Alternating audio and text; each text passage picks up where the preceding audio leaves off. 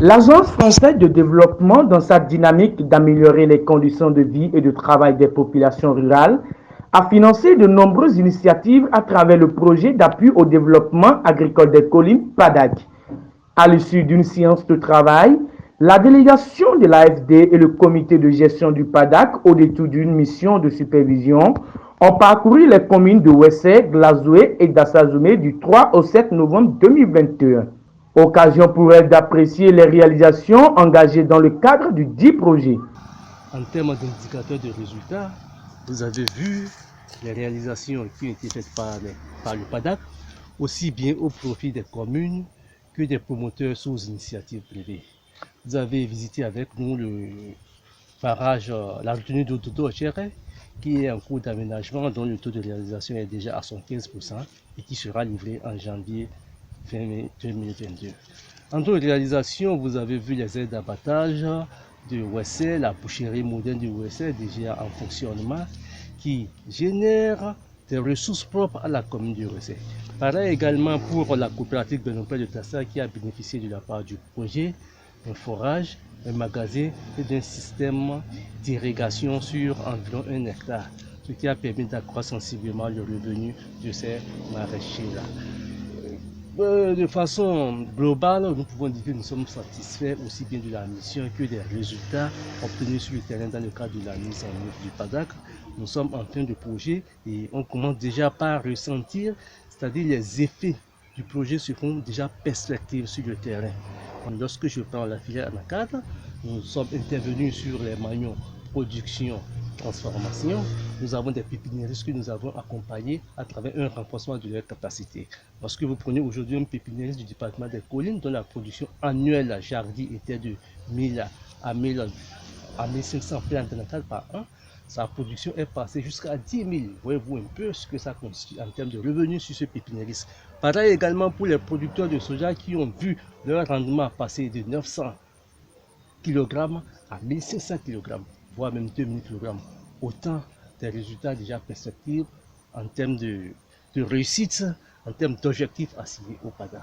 Que ce soit à Wessé, Glazoué ou encore d'Assazoumé, le PADAC a impacté des coopératives, des promoteurs privés et des collectivités locales qui s'en réjouissent. Notre groupement a été créé à l'ABS en 2009 avec un effectif de 15 membres. 10 ans après, c'est-à-dire en 2019, nous avons connu le projet l'appui au développement agricole des collines PADAC, avec lequel, en moins de 2 ans seulement, nous avons bénéficié d'importants équipements qui font aujourd'hui la fierté de notre coopérative et de toute la population. Il est important de noter que la coopérative Cedro Gandé à Lonado compte aujourd'hui 35 membres. Les activités que nous menons ici, c'est la transformation des céréales en produits finis, tels que le soja, le maïs et d'autres, l'arachide aussi, en huile végétale premièrement, et les tourteaux sont valorisés à travers GPS pour la mise en place des aliments pour des volailles et les ruminants, pour pouvoir satisfaire le marché des éleveurs qui existent sur le marché béninois à proximité et aussi à l'extérieur. Nous avons démarré les activités ici il y a de cela 15 ans par la transformation des graines oléagineuses. Il y a de cela 3 ans, l'activité de la provenderie est rentrée dans notre cadre d'activité parce que nous avons constaté qu'il y a un grand marché là, il y a beaucoup de potentiel là. Et nous nous sommes mis ensemble à travers nos compétences, c'est-à-dire quoi? Moi, en tant que technicien machiniste, spécialisé dans la transformation, et je me suis dit, il faudrait qu'on trouve des chercheurs qui sont déjà bien sur pied, et je me suis dit, il faut aller vers l'université. Et nous avons travaillé ensemble avec quelques professeurs et ils se sont dit, bon, là, on va mettre nos compétences ensemble pour pouvoir satisfaire le marché, d'où on a créé GPS pour utiliser les résultats de recherche à partir des céréales, des matières premières qu'on peut trouver et mettre en place des céréales de très bonne qualité, des provendres de très bonne qualité sur le marché.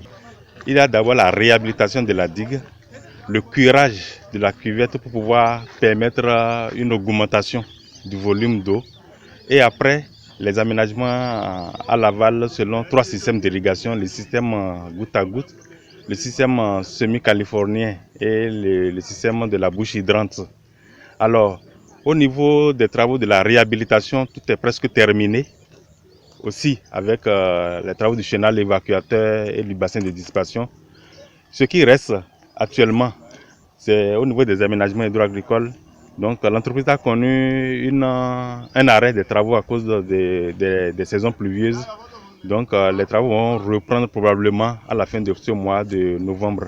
Donc l'entreprise a 2 mois pour pouvoir terminer les travaux. Nous sommes sûrs de finir dans le délai parce que en termes de taux physique, on avoisine déjà les 110% avec un décaissement de 55%.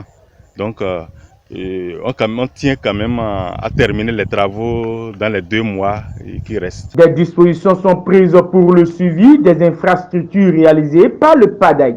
Ce que nous avons constaté, c'est que ces investissements ont été bien mis en œuvre, mais il reste effectivement, comme vous le dites, le suivi que nous devons pouvoir organiser, sur lequel nous devons pouvoir mettre beaucoup d'accent.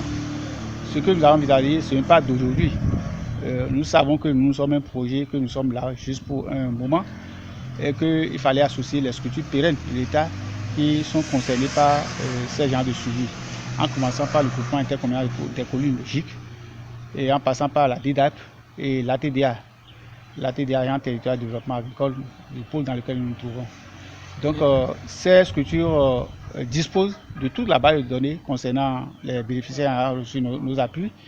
Et à ce titre, nous avons une convention avec elles et elles sont donc chargées de faire le suivi. Mais nous nous rendons compte que le suivi n'est pas encore celui que nous attendions. Donc il faut revoir et échanger avec ces acteurs pour qu'on puisse mettre davantage d'accent sur le suivi.